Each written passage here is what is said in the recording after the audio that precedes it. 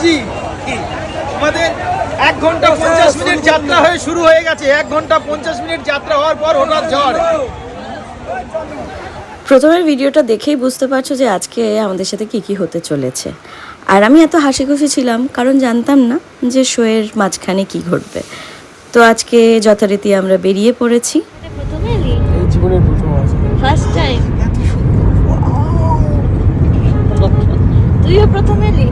হ্যাঁ, আমি তো মানে কখনো আসি লাইভে, ফার্স্ট টাইম কোলাঘাট দেখলাম। রবিও তো এত কম দেখেছে, বেচারা ঘুমিয়ে পড়েছে। কিন্তু দুঃখের বিষয় গান কেন সাউন্ড হচ্ছে না, টুকুর চলছে টুকুর বন্ধ করিয়ে দিয়েছি আমি। এখানে আর গান চলছে। বিশ্বজিৎ দা গান চালানো মানে হচ্ছে টুকুর টুকুর দেখতে হো ক্যা ধোঁয়া এইসব গান চালাচ্ছিল। আমরা বিশ্বজিৎ দাকে বললাম তুমি টুকুর টুকুর কানে বাজাও, গান আমরা বানাচ্ছি। কিন্তু এটা শুধু কানেক্টেড হয়ে যাচ্ছে। কিন্তু কালকে তো চললো রে দিব্যি। তোমার সাথে তুমি বন্ধ করো,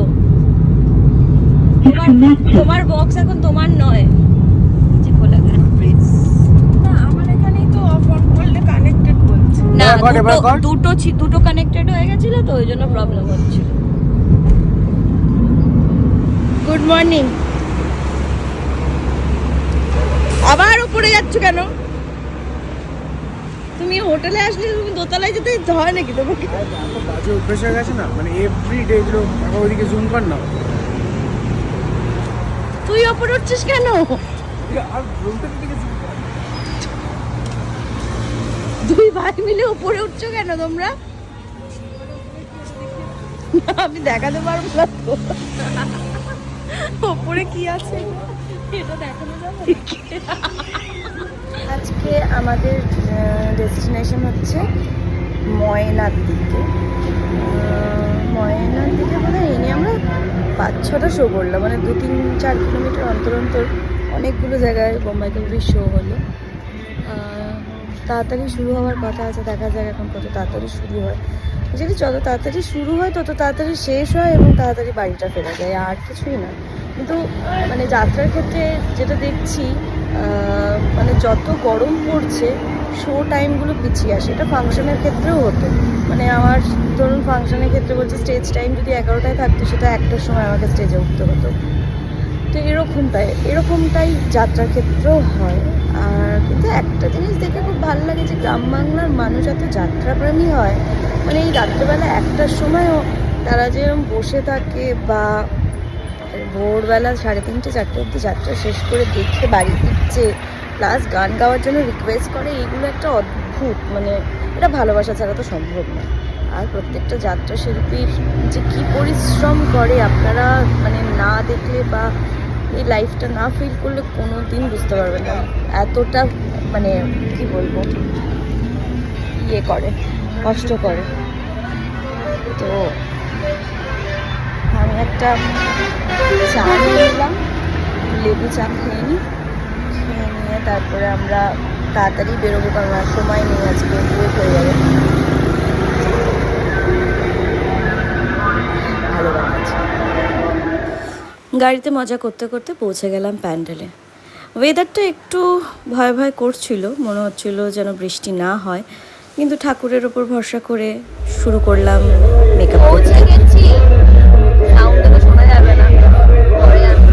ঠিকঠাক টাইম মতো শোটাও শুরু হয়ে গেল। আশা করেছিলাম তাড়াতাড়ি শেষ হয়ে যাবে, আর আমি শোতে ওঠার আগে একটু কিছু খেয়ে নিই, বিকজ এত এনার্জি প্রয়োজন হয়। আর আমার একটু লো প্রেশার, যেহেতু আমার মাথা ঘোরাতে থাকে স্টেজে। 2-3টে সিন, 5 নম্বর সিন হওয়ার পরই শুরু হলো সেই তাণ্ডব, প্রকৃতির তাণ্ডব। হঠাৎ করে যখন 6 নম্বর সিন হচ্ছে তার মাঝখানে শুরু হলো ঝড়। আর ঝড় মানে সে বিভৎস কালবৈশাখী ঝড়। স্বর্ণ সিনে ছিল, ওখান থেকে ওকে নেমে আসতে বাধ্য হলো আর কি। আর চারিদিকে জামাকাপড় উড়ে যাচ্ছে, প্যান্ডেল ছিঁড়ে যাচ্ছে, মাইক উড়ে চলে যাচ্ছে, মানে তছনছ ব্যাপার। ভিডিওতে কতটা আসছে আমি বলতে পারবো না, বাট মানে লোকজন যেতেও চাইছে না, বাড়িতে দাঁড়িয়ে আছে যাতে ঝড়টা থেমে গেলে যদি বৃষ্টিটা একটু হালকা শুরু হয় তবুও লোক দেখতে পারবে। কিন্তু ওই যে যথারীতি এত হাওয়া দিচ্ছে, মাইককে ঠিকঠাকভাবে রাখা যাচ্ছে না। ঝড়, এত ঝড় উঠেছে, মানে দেখো দেখো দিদি আমি আসছি, অবস্থা। হ্যাঁ এই দেখো। তুলে রাখছি এখন। হ্যাঁ পরে হ্যাঁ দেখবো। দিয়ে যাবে। এইভাবে রাখি। হ্যাঁ হ্যাঙ্গার সমেত রেখে দাও। হ্যাঁ হ্যাঁ হ্যাঁ ট্রাঙ্কে ঢোকাও আপাতত, ভিজে গেলে তখন আর কিছুই করতে পারবো না, কী যে হবে জানি না এখন। তো সবাই আমরা মেশিন চলতে চলতে নেমে এসছে। আবার সবাই এসে পৌঁছেছে, কিন্তু না এ হলে কি হ্যাঁ দর্শক যেতে চাইছে না, বলছে শুরু করে দিন আমরা আছি। ওরে বাপরে, মাথা চায় না তো বাস ফাস খুলে পড়বে না তাহলেই হলো।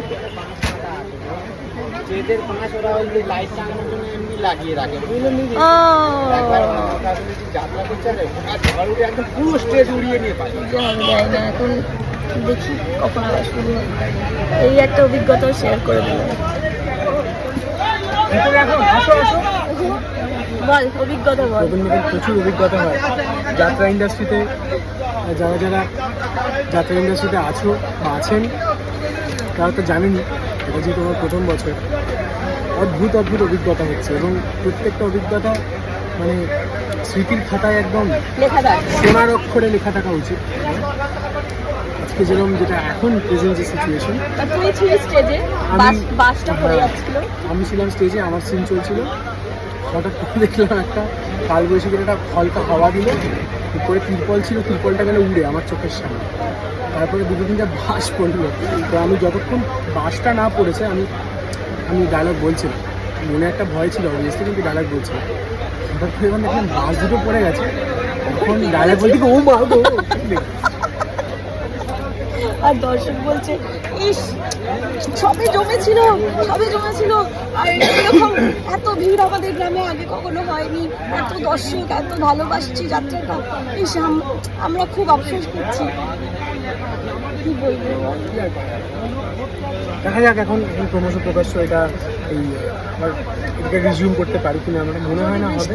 বৃষ্টিও স্টার্ট হয়ে একটা গেছে। কারণ আছে, কারণটা হচ্ছে আগে আমরা এই সিজনেই, তোমরা হয়তো জানো না বা তোমরা হয়তো একটা ভিডিও দেখেছো সুদীপ্তার মাধ্যমে, এই সিজনেই আমরা বৃষ্টির মধ্যে যাত্রা করেছি, বৃষ্টিতে ভিজতে বৃষ্টিতে ভিজতে ভিজতে লিটারালি বৃষ্টিতে ভিজতে মানে ভিজতে। ওটা আমি বলবো সুদীপ্তাকে ভিডিওটার মাঝখানে একবার এই ছোটো ক্লিপটা অ্যাড করে দিয়ে দিতে, দেবো, তাহলে দিয়ে তোমরা দেবো। বুঝতে পারবে। স্বর্ণবালাতে আমি আগের এই বৃষ্টির মধ্যে যখন যাত্রাটা আমাদের করতে হয়েছিল সেই ক্লিপটা তোমাদেরকে দিয়ে দিলাম, বিকজ এইভাবেও যাত্রা হয়। হয়েছে ঝড়টা না হয় আজকে কালবৈশাখীর একটা সম্ভাবনা অলরেডি আবহাওয়া দপ্তর থেকে বলেছিল, তো সেইটা শুরু হয়েছে। কালবৈশাখীর একটা ঝোড়ো হাওয়া দিচ্ছে, সঙ্গে লাইট টাইটগুলো সব নামিয়ে দিয়েছে। আর ইলেকট্রিকের ব্যাপার তো। এখন আবার লাইট সেট, মোটামুটি ধরে নিন আর এখন 3,000 3,500 লোক ছিল, তারাও সবাই ন্যাচারালি বৃষ্টিতে ভিজবে, কারণ তারাও চলে গেছে। আজকে মনে হয় এটা হবে না। কমিটিকে রিকোয়েস্ট করলাম যে আপনারা যদি যাত্রাটা সত্যি ভালো লেগে থাকে, ভালো লাগছিল, তাহলে আপনারা প্লিজ এটাকে আরেকবার করুন, আমাদের সিজনে আরেকবার এটা আপনারা করতেই পারেন চাইলে। আমরা আবার আরও মন দিয়ে করার চেষ্টা করবো। তো দেখা যাক কী হয়। Hope for the এখন best. বসে আছি, এখন সময় হচ্ছে 10:10, এখন এক্স্যাক্টলি সময়। আমরা এখন সুবিধার বিন্দু আমরা দুজনে বসে আছি, বাইরে তোলপাড় চলছে, কেউ লাগেজ প্যাক করছে, কেউ রাত্রিবেলা খাবার প্ল্যান করছে, কেউ ভাবছে যে হবে, কেউ ভাবছে হবে না। এবার একটা জিনিস কি, আমাদের আর্ধেক যাত্রা হয়ে যাওয়ার পরে একটা শো ক্যান্সেল হয়ে যাওয়া, মানে অর্ধেকটা হয়ে যাওয়ার পর, একদম এক্স্যাক্টলি আমাদের অর্ধেকটাই হয়েছিল, সেটার পর ক্যান্সেল হয়ে যাওয়া মানে আমাদের রেমুনারেশন আমরা পাবো না। সেইটা নিয়ে একটা খারাপ লাগা থাকে, কারণ এতটা ডিস্টেন্স আছে। অলরেডি আমরা আজকে আছি হচ্ছে ময়নাতে, আমাদের এক্স্যাক্টলি বাড়ি থেকে ময়নার ডিস্টেন্স হচ্ছে 135 থেকে 137 কিলোমিটার। এতটা দূর এসেছি, অলরেডি যাত্রা শুরু হয়ে গেছে, লোকের ভালো লাগছিল, অডিয়েন্স রেসপন্স করছিল, হাফ সিন অবধি আমরা করে ফেলেছি, গল্পটা হাফ আমরা অলরেডি পারফর্ম করে ফেলেছি, তারপর করে বন্ধ হলে খারাপ লাগে। প্লাস এতগুলো শিল্পী কেউ তাদের রেমুনারেশনটা পাবে না, নেচারের নেচারের ওপর তো আমরা কিছু করতে পারি না। এখানে যাত্রা ইন্ডাস্ট্রিতে একটা নিয়ম আছে, যেটা অনেকেই আমাদের টেলিভিশন বলুন বা কেউই হয়তো জানে না, যারা যাত্রা রিলেটেড জানে তারাই জানে, মানে 8 নম্বর সিন অবধি না হলে কোনো টাকা কমিটি দেয় না। এক্স্যাক্টলি। আমরা কত নম্বর সিন শুরু করছিলাম আপনারা জানেন? 7 নম্বর সিন। এটা একটা চাপের, দেখা যাক কি হয়। যদি আমাদের ম্যানেজার কি বলে। হ্যাঁ, আলটিমেটলি শোটা করা গেল না, প্রচণ্ড বৃষ্টি নেমে গেল, তাই জন্য আমাদের ডিসাইড করা হলো পরের দিন আমাদের অন্য জায়গায় কাজ ছিল বলে তার পরের দিন শোটা হবে আর আমাদের আবার শো করতে যেতে হবে।